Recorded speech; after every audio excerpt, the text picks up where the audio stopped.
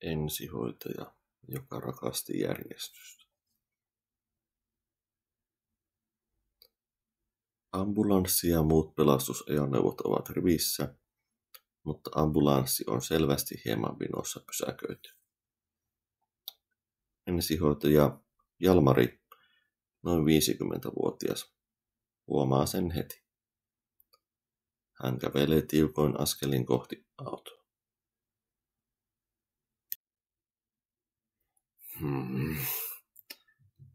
Eikö tätä nyt voi edes suoraan parkkeerata? Jalmari mutisee. Hän mittaa renkaan etäisyyttä viivasta kuin se olisi kirurginen toimenpide. Sitten hän korjaa auton asentoa, vaikka se olisi täysin turhaa.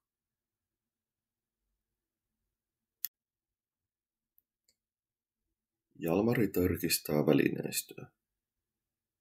Jalmari laskee jokaisen sidetarvikkeen ja hoitotarvikkeen, laskee happipullojen paineet ja järjestää defibrillaattorin kaapelit suoriksi.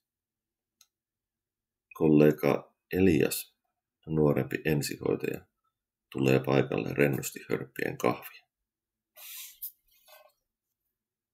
Aamupäivää, Jalmari.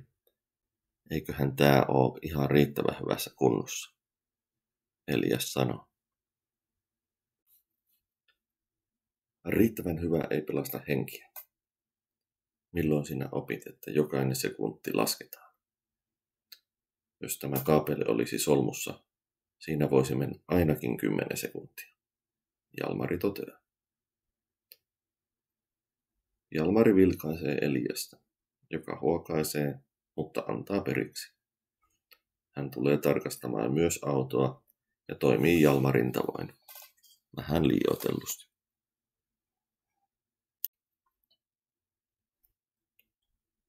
Esitiedot tehtävään ovat seuraavat. Vanhempi mies on kaatunut pyörällä. Ambulanssi saapuu tehtäväosoitteeseen. Jalmari liikkuu mekaanisen täsmällisesti. Tutkii, mittaa, kertoo vitaaliarvot ja vammalöydökset tarkasti. Elias puolestaan puhuu potilaalle rauhallisesti, inhimillisesti. Kiitos, että tulitte niin nopeasti, potilas sanoi.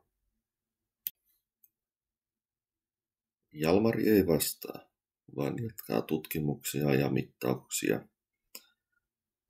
Elias ottaa potilaan kädestä kiinni. Kyllä te tästä selviätte.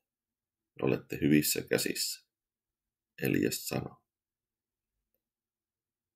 Jalmari vilkaisee hetken Eliaksen suuntaan, pysähtyy ja sanoo yllättävän pehmeästi.